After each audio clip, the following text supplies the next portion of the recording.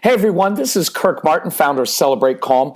Today's podcast is going to be awesome, especially if I can nail this one in one take, because there's a lot to this, and we're going to go through de-escalating situations and handling discipline in a way that I bet is very, very different than anything you have ever heard, and partly because with these kids we're dealing with the strong-willed kids, they do escalate a lot, they are very emotional, and we tend to just go immediately to consequences, but consequences don't work for your strong-willed kids.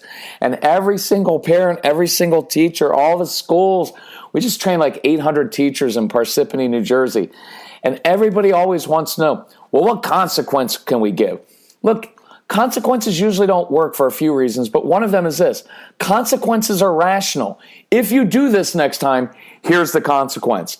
If behavior was rational, the jails would not be filled with people, right? Because we all do things for all kinds of different emotional reasons. So thank you for listening, by the way. We get emails every day. Hey, heard your podcast. And it's cool because we can see where people are listening all over the world, and we're getting more and more requests to come speak overseas, which we love because Casey and I are huge history geeks. And so I know we've spoken in the Czech Republic and Germany before. We would love to serve the military bases overseas. I'm currently reading books about Ukraine, Romania, and the the Balkans, just say the Balkans. If we ever had a chance to speak over there, I'll come do it. So just reach out to my son. His name's Casey, Casey, at celebratecalm.com. And just tell us where you are. Tell us the name of your school, your city. Again, not just overseas, but anywhere in the United States to North America. Just let us know. We love doing live events. This example is something that I have been sharing at live events a lot more because it feeds into this whole presentation on de-escalation and discipline. And so I want to share it with you. So here goes. One of the most common triggers for men is, as a dad, when I used to hear my son yelling at my wife. And that was a huge trigger for me. So here's how it usually plays out, and then we'll show you a different way to handle it. And by the way, for all of these situations, we can show you in detail lots of different ways to handle it. It's just on a podcast. I'm going to show you one way, and that's why I want you listening to the audio CDs, the downloads, the physical CDs, whatever, because I can show you like 15 different ways to handle this with all the different variations because I have a lot more time on the CDs. But on podcasts, I'm just going to show you one way. So this is an example of a husband and wife, but there are situations where mom or dad is home with the child alone. Well, how do you do this when you're alone? I can show you how to do that, but just kind of roll with the principles here. So walk into the home, hear my son yelling at my wife, what's going to happen? I walk into the room. Hey, Casey, how many times have I told you you don't yell at your mother? You know, when are you ever going to learn how to control your mouth? If you can't control yourself, how are you going to be successful in life? You know, to your room. You know, for the rest of the week, no video games, no food. Because, of course, I was a dad. And am a dad, I give consequences I can't keep. Anyway, my son would march off, sobbing, crying, up to his room.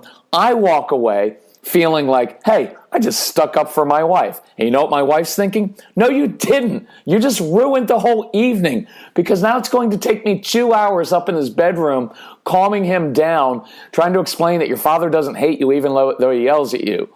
And so I see my wife's disapproval and I think, what?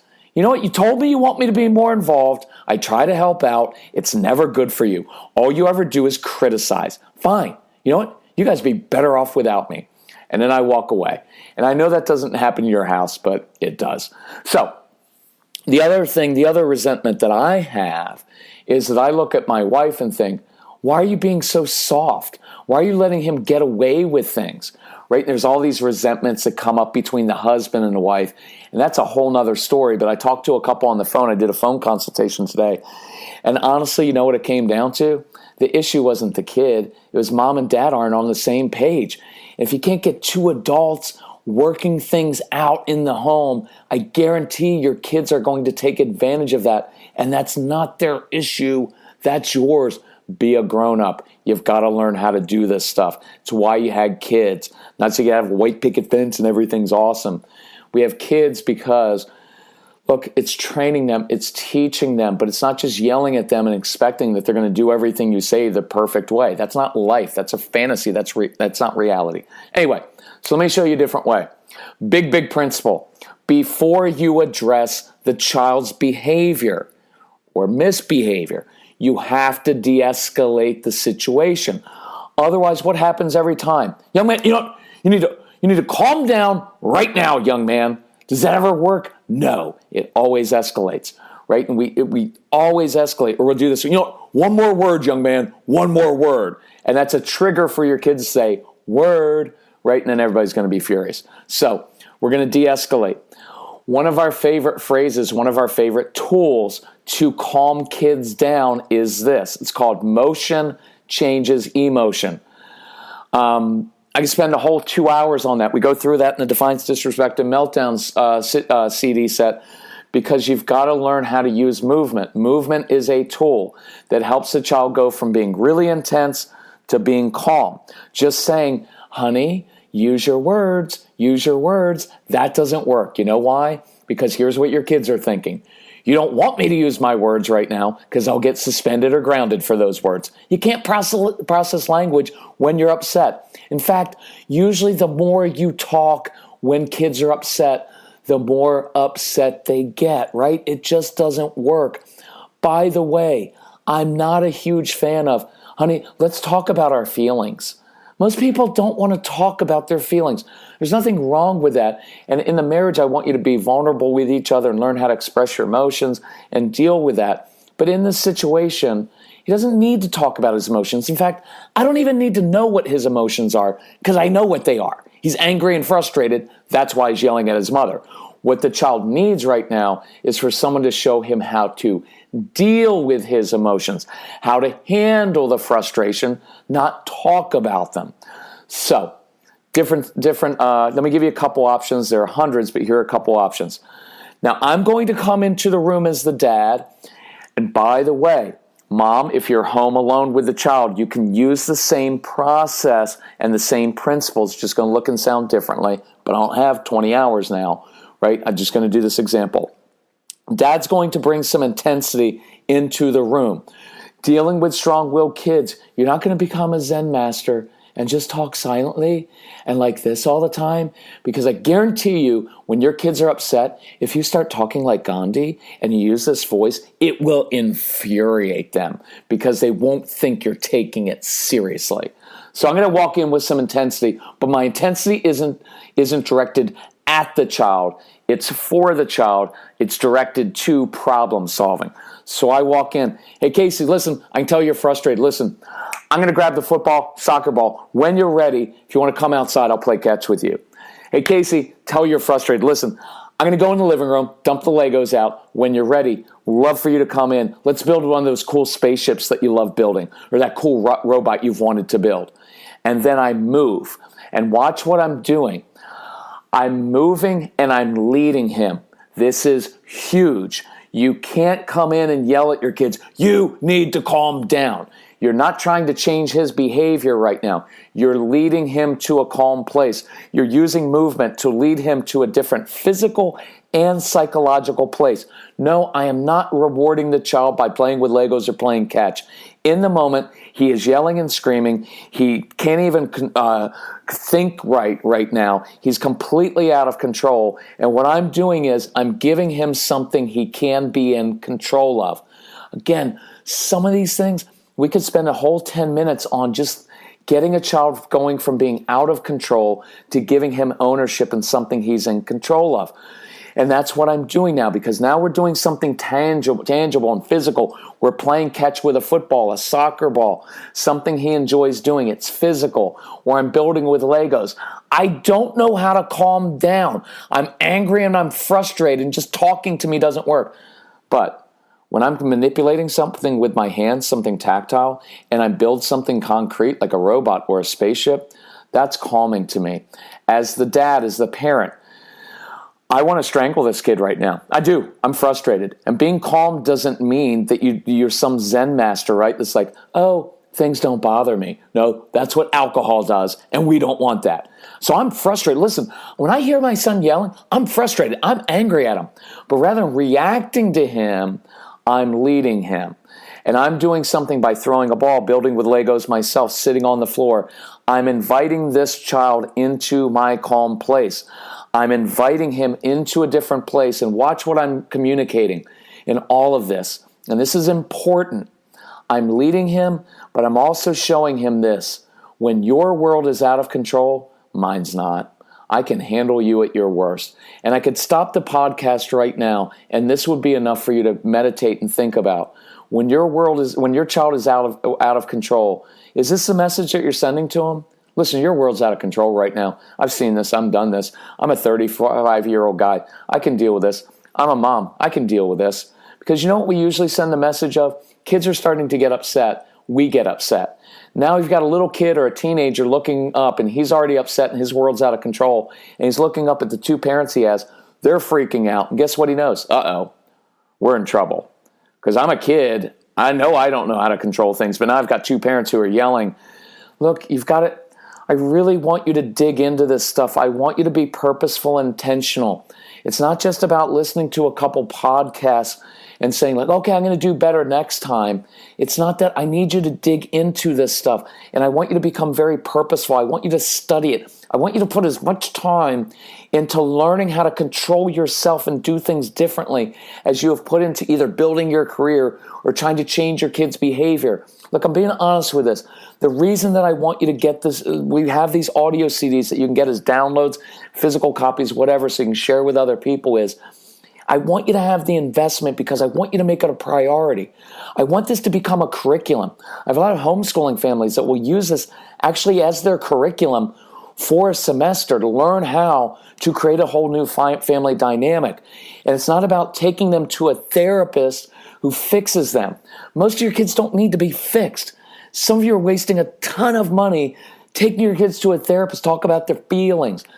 And I'm not diminishing the work of therapy because I go to a therapist, I believe in therapy, but for many of your kids, that's not what they need. You've got to learn how to change yourself and learn how to do this in the home, not at some office somewhere. And I want you to dig in. I want you to, between now and the holidays and Christmas and the New Year, say, we're going to listen to this. We're going to work at it. And I'm going to wake up every day and say, I'm going to be in control of myself and not anybody else. I'm going to learn how to de-escalate a situation. I'm going to learn how to talk to my spouse and get on the same page. As a single mom, I'm going to learn how to handle these situations when I've got 2 or 3 kids in the home and I'm outnumbered and everybody's freaking out. And instead of me freaking out and not knowing what to do in the moment, I'm going to study this and work on this. I'm going to listen to it again and again. And my kids are going to listen to it. We're going to listen to the car. We're going to have conversations. And we're going to finally change our family, because that's the only way it worked for me, was to be intentional about this and say, I am going to change. So back to our situation. So now I've let him, we're doing something outside, we're sitting there. Huge point. Instead of sending the child to his bedroom away from me, I've drawn the child to me. Look, sometimes when you're starting this, you have to separate your child, right? Hey, go to your room. You need to calm down. I need to calm down. There's nothing wrong with that. But ultimately, watch what we're doing. When your child is upset, at the very point he needs you most, we tend to send him away from us. And in that moment, it's when I want to bring the child to me. For those of you whose faith is important to you, I would encourage you with this. When we are having struggles, God doesn't say, you know what, you've got a bad attitude. Go figure stuff out by yourself and then come talk to me when you have a better attitude. And I think what he says is, you're clearly out of control. You don't know what's going on right now. You need my wisdom. I've got wisdom that I can give you. Come to me. And as parents, the 2 things you'll hear me say at the live workshops is, I want to give our kids wisdom to know why they're doing what they're doing, wisdom, insight to know a different way to handle it, and tools to do it differently the next time. And when I've sent the child away from me, I can't do that. I've drawn him to me. Look, single mom or a mom alone at home or dad alone at home, I'm still going to, in the middle of a situation, say, hey, this isn't working right now. And I can tell you're really frustrated, but listen, we've got to go. So here's what I want you to do. Go get your backpack, go get your shoes on. We've got to roll. But on the way to the doctor's office, on the way to school, here's what I want to know. Here's what I want to hear. And I'm engaging the child. I'm giving some intensity to them in the moment. It could be while I'm cooking dinner. Look, I know you're frustrated right now. I can hear it, my friend. I can hear it. But listen, it's not happening right now because I've got to finish dinner. But here's what I'd love some help with. If you could go get X, if you could do, and I draw them into something they're interested in. Here's what I would love to hear about right now. I'm being a little bit facetious here. You talk nonstop about this certain thing that's all you ever talk about. And I'm curious, could you tell me right now, why are you so fascinated by that subject? What is it that really interests you about that? Why is it so appealing? Because I want to learn about you and I want to find that out. Look, you're still using some intensity and they're drawing them to you, but you're handling it a different way. So back to our situation. I'm outside playing catch. I'm on the floor. I'm connecting with my son. I'm calming him down in the moment because we're both building the spaceship, playing catch. A good catch, good arm. I've de-escalated and we're both calmed down. Part of the reason I did that was I need to calm down myself because I want to strangle the kid. But I'm playing catch with a football. I'm building with some Legos. I've drawn him out to my workshop. Whatever it is that you like to do, I'm listening to music with him. I just did something really physical because my son loves doing things. So I just went and jumped on a trampoline. I did push-ups with him. Whatever it is that's calming to you, I'm doing that with my child now. Now we're both in a calm, steady state. Now let's transition and we can go to discipline. So how do we discipline in this situation? So it's going to be some deep stuff that I'd love. So conversation may unfold like this. Hey, Casey, listen, that thing back in the house with your mom that was going on, here's what I know. I know that you know yelling at your mother is inappropriate and wrong and doesn't happen in our home.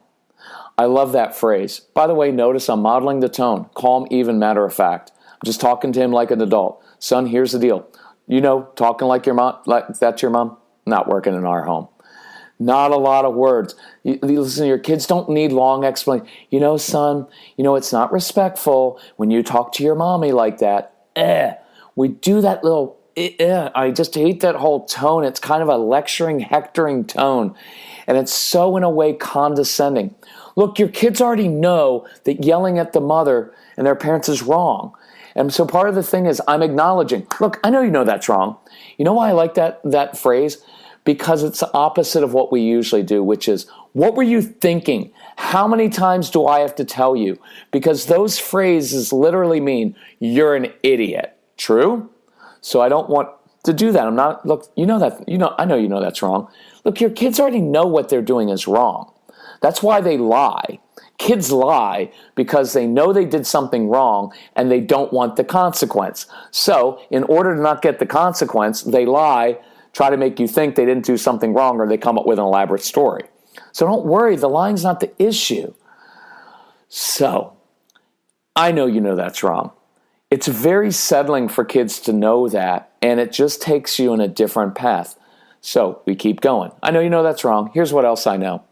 I know that you know yelling at your mom brings dire consequences, because you always get sent to your room, you lose all of your privileges. You're just look, you're teaching them. Son, here's what happens. Every time you yell at mom, you lose all your stuff. So I'm curious. You've heard me use the I'm curious phrase before because it's beautiful. I love I'm curious. I'm curious says I want to help you. It's not, look, picture this situation. Usually it's me against the child. What were you thinking? How many times do I have to tell you? And it's all of our frustration dumping on the child. And I'm curious is saying, look, I know you know this is wrong. You lose all your stuff, and so I'm curious, what would compel you to do that? What else is going on inside of you? Because it doesn't make sense that you would come home from school and just yell at your mother, knowing that you know you're going to lose all your stuff. So I'm curious because I want to help you figure out what's going on underneath there so we can get to a different outcome. Does that make sense? Instead of me against you, it's me coming alongside my child. And here's where we go a lot deeper. If we're honest with ourselves as teachers and parents, a lot of times we make behavior about us, right? And here's what it is. We're facing off against child. Why do you keep doing this? What, I'm tired of this. I don't know why I have to repeat myself. And we make it all about us. And it's not about me. I'm a grown adult. My job is to give my child wisdom and tools, and I get that they're frustrating. I get it. We had 1,500 frustrating kids in our home over the course of a decade. I get frustrating kids who don't listen the first time and who do this stuff. But you've got to stop taking it personally. It's not about you. It's about the child, right? So instead of making it about me, look, the reason I wanted my son to stop yelling at my wife, it wasn't for me and it wasn't for her. We're grown-ups. We can take it. The reason was I wanted to free my son, to liberate my son from the bad behavior. Because when he used to yell at my wife, I knew it wasn't good for him because he would go to his room and start beating himself up. I'm dumb. I'm stupid. Why do I do that? And your kids have a lot of shame inside. Why doesn't my brother ever do that? I'm the only one in the home. I'm a screw up. What's going to happen when dad gets home and he hears that I did this? I'm going to be in trouble and lose all my stuff. Because that's why after your kids are calmed down, right? Because you know this. Once they calm down later, they'll come down, Mom, Dad, I'm sorry. You're like, but why did you do that? I don't know. And the I don't know is verbalizing shame of like, I'm an idiot. I do stupid stuff. And I get in trouble and lose all my stuff. Look, your kids don't wake up every morning thinking, what are 3 different ways I could lose all my privileges and make everybody in the home not like me? Seems like they do, but they don't. It's not what they're doing. And so it's up to us to give them some wisdom. And so the reason that I want to change my child's behavior isn't for me. It's because I loved my son. I still love my son. But when he was little, I loved my son, and I wanted to liberate him and free him from doing this so that he didn't have to go through the ick inside and all the consequences and lose everything and grow up feeling helpless. Man, this is a good podcast. There's some deep stuff in here. Sorry about that, but sometimes I get insight when I'm speaking. They feel helpless. So I already wrote the word shame down. We could spend an hour on their shame. They feel helpless to change. And honestly, I'm not beating you up, and there's no guilt, manipulation, and blame in anything we do. It's just that you've got to own your stuff. And our kids feel helpless to change, and we come along and just say, cut it out, go to your room, you lose this, there's your consequence. And all along, they're pleading with us, please just show me a different way to do it. I don't even know why I'm doing it. I'm an idiot. So, does this make sense? It's really a cool, deep thing, but again, you've got to dig into this. So, in this situation, here's what I know about many of your kids. The reason they come home and yell at mom or dad, whoever's home, is because they spent all of their energy at school holding it together. And they held it together at school so they didn't yell at their teachers and didn't get in trouble. And they're wound up so tightly. And then they walk in the home. And then all of a sudden when they walk in the home, they just unload on their mother. And the workshops, I'm not going to do it here because I've got to keep these things short.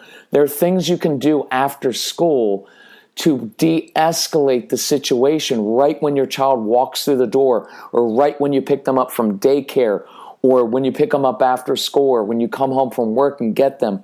There's ways that you need to de-escalate the situation rather than asking them, hey, how was school? Why don't you get your homework folder out? I'll check your homework and I'll stand over you for 3 hours and say, you know what, if you would just focus, you could be done in 45 minutes instead of taking 3 hours. There are different ways to handle these things, and most of your kids, they get overwhelmed at school. And if you will listen to the ADHD University program, even if your kids don't have ADHD, it's just kids who are different learners and their brains are wired differently. I love that program. I wish every psychologist, every school would hand out that program to their teachers and parents. Schools would be drastically different if we just gave kids with different learning styles and different brains different ways to do their work, instead of always shaming them, making them feel like there's something wrong with you because you don't do it the way I told you to do it, right? So listen to that. So look, So once we've done that, so in that situation, here was the consequence in that situation. I wasn't going to send my son up to his room. There were two consequences, and I would say, like, Case, listen, I know you know the right thing to do now, right? I know you know the right thing to do.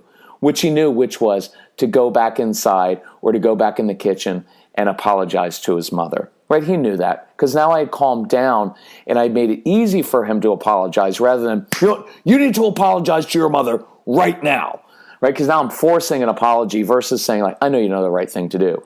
He'd go and apologize. So here's the consequence. Case, listen, I'm not sending you to your room. What I want to spend time with is I want to show you how to deal with your frustration. So why don't you grab your bag, you're going to apologize to mom, grab your backpack.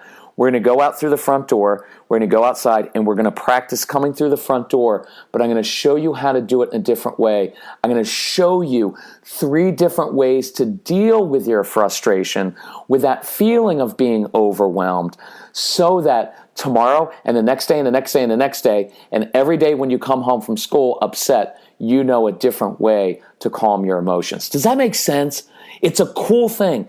It takes, in some ways it takes a little bit longer the first time you do it, but not really, because yelling at your kids and getting upset takes like the entire night, and for some of you, the entire childhood.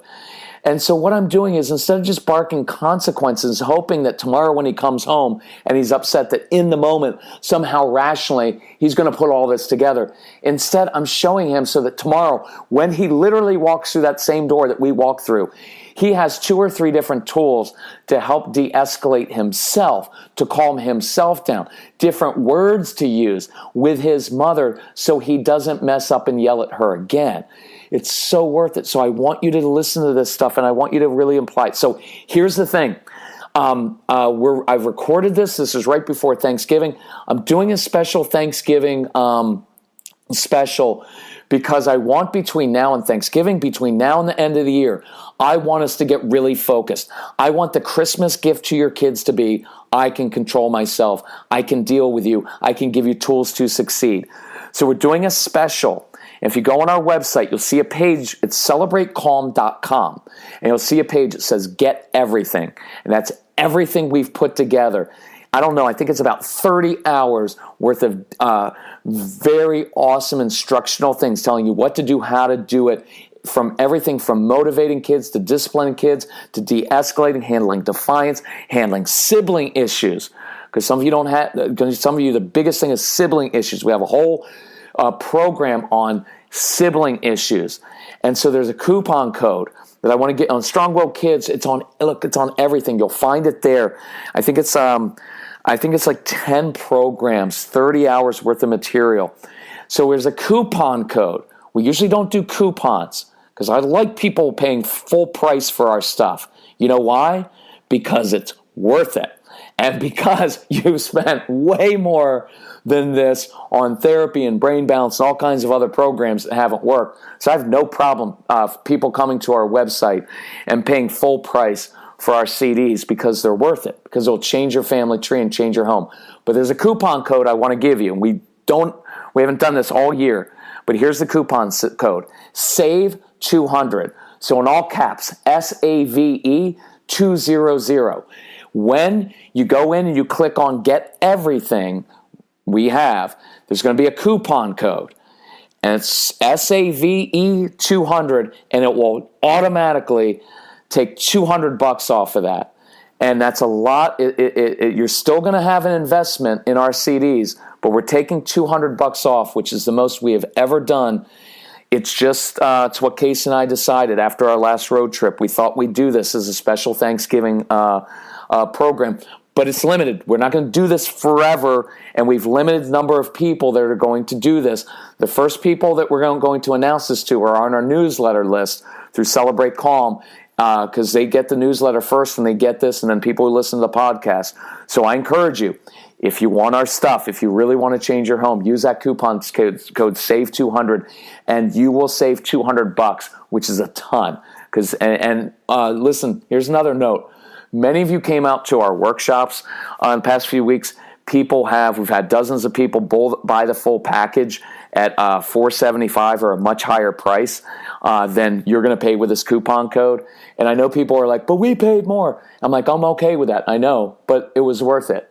It was worth it that you paid that for it. And if you need help with like a phone consultation, or you need help, and some of you have bought other things from us, not the whole package. If you want help completing your entire package so you get all the CDs, because many of you don't have the Sibling Fights one or the ADHD University, email my son. He's at Casey, C-A-S-E-Y, at celebratecalm.com. Or call 888-506-1871. Tell him you want to complete your set, and he'll help you out, and he'll give you a special pricing. I want people to invest in our stuff, and when you invest in us, we invest in you, and we will be with you until your kids are grown, and we will help you with every different life stage. We're here for the long haul. We want to help, so reach out to us. But I encourage you to spread this. Please share our podcast with other people. Let us know how we can help and serve you. That's what we exist for. We have the best jobs on the planet because we love helping people, and we get to do that. So I want you to implement this. So I hope for all of you, I hope your kids come home in the next few days and they yell at you or have a big meltdown so that you can practice this while it's fresh. In fact, why don't you go right now and just say no to your child or incite them, take away their video games and incite them so that you have a big meltdown. And you can practice it like literally right now.